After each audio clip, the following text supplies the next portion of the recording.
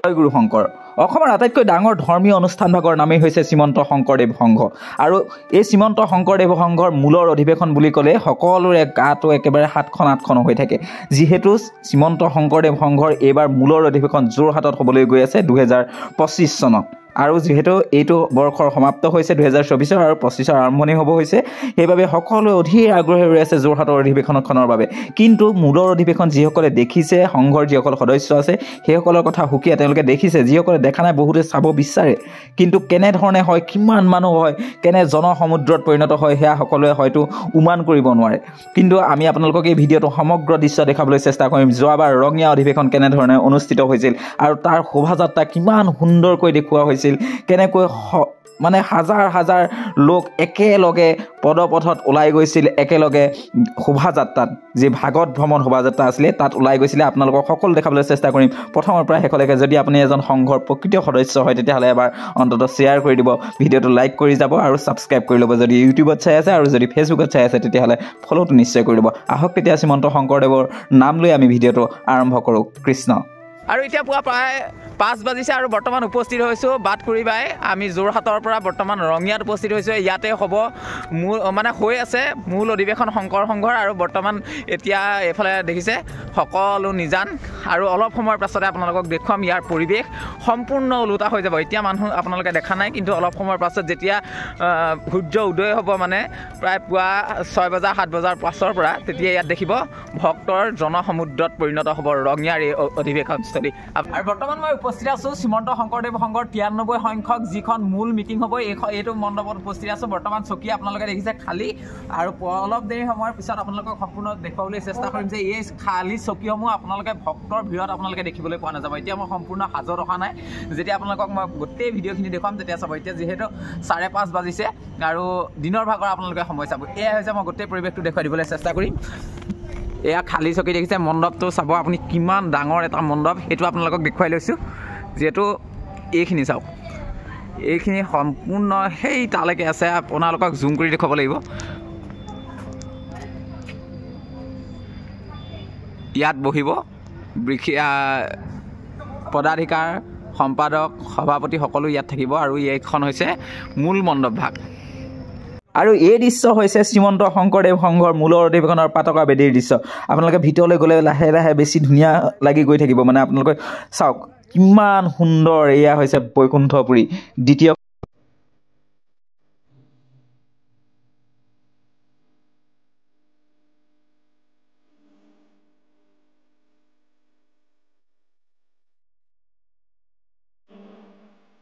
আৰু আহি পালোঁ মোৰ গুৰু গৃহ অৰ্থাৎ নামঘৰ ভাগ যিভাগ অস্থায়ীভাৱে প্ৰতিষ্ঠা কৰি লোৱা হয় শ্ৰীমন্ত শংকৰদেৱ সংঘৰ আৰু এয়া হৈছে বীৰ চিলাৰায় তোৰণ আৰু এয়া হৈছে শ্ৰীমন্ত শংকৰদেৱ সংঘৰ শিবিৰ এই জুপুৰিবোৰ যে দেখিছে এইবোৰ হৈছে শিবিৰ প্ৰত্যেকখন জিলাৰ নামত একোটা শিবিৰ নিৰ্মাণ কৰা হয় আৰু সকলো সংগী গৈ পেলাই বহু আগতে 2-3 মাহ আগতে এই শিবিৰবোৰ নিৰ্মাণ কৰি থয় আৰু তেওঁলোক সুন্দৰকৈ আহি পেলাই ৰাতি কটাই 4 দিন ইয়াত থাকে আৰু এতিয়া যিহেতু সূৰ্য দেৱতা লাহে লাহে নামি আহিছে পোহৰ হৈছে সকলোৱে অকণমান জুই সেকি লৈছে আৰু সকলো এতিয়া ওলাই যাব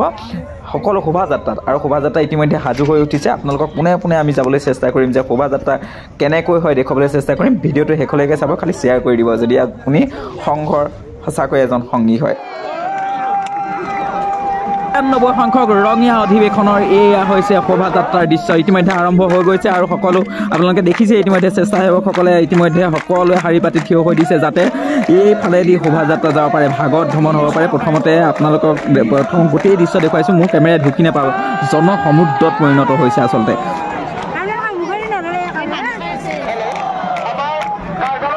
এনেই চাব তেনেই দেখিব আপুনি মাত্ৰ হাজাৰ হাজাৰ ভক্তৰ ভিৰ আৰু এটাই শব্দ উচ্চাৰিত হৈ আছে সকলোৰে মুখত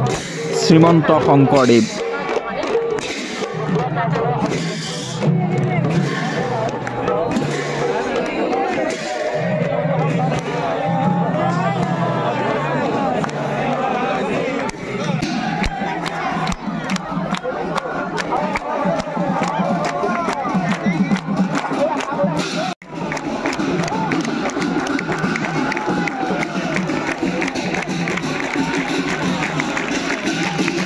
আৰু এই পৰিৱেশ হৈছে গুৰুগৃহৰ সন্মুখভাগ। গুৰুগৃহৰ পৰাই ভাগৱত শোভাযাত্ৰা আৰম্ভ হয় সদায়, আৰু ইয়াৰ পৰাই ভাগৱতক লৈ যোৱা হ'ব। আৰু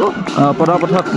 যিটো মেইন ৰোড আছে সেইফালেদি যাব, বহু দূৰ যাব, সকলো ভক্ত একেলগে যাব। যিহেতু আপোনালোকৰ গোটেই পৰিৱেশ হৈছে ইতিমধ্যে ওলাই আহিছে, সকলো উলহ মালহ এক পৰিৱেশ।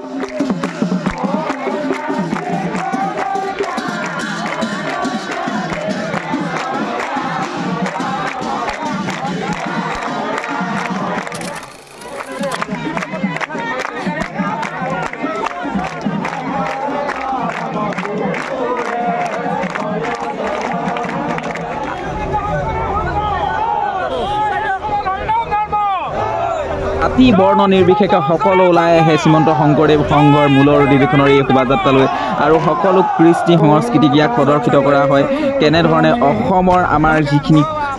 কলা সংস্কৃতি আছে সেইখিনি পৰিৱেশন কৰা হয় এই শোভাযাত্ৰাত, আৰু সকলো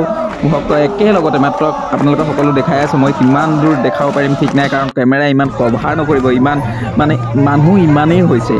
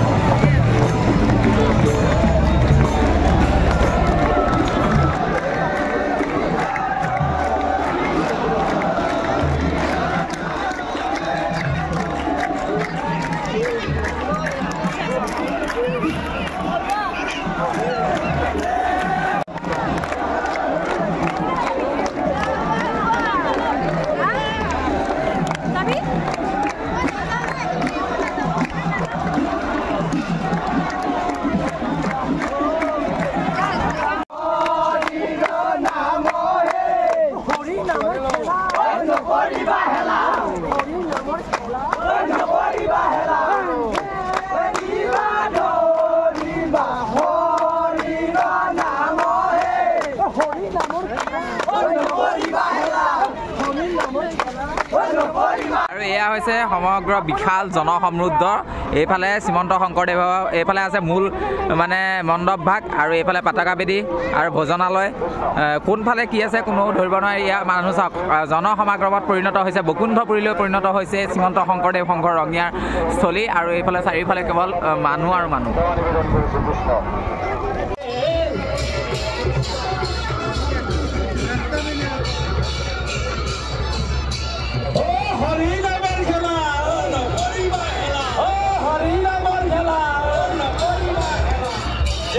এয়াই আছিলে শ্ৰীমন্ত শংকৰদেৱ সংঘৰ 93 সংখ্যক মূলৰ অধিৱেশনৰ শোভাযাত্ৰাৰ কিছু অংশ। সকলো মই দেখাবলৈ সম্ভৱ নহ'ল, কাৰণ সম্ভৱেই নহয়। আৰু ইয়াৰ পাছত ভিডিঅ'টো আপোনালোকক আহি আছে ভোজনালয় দৃশ্য। এইটো আচলতে কিমান মানুহে একেলগে ভোজনালয়ত মানে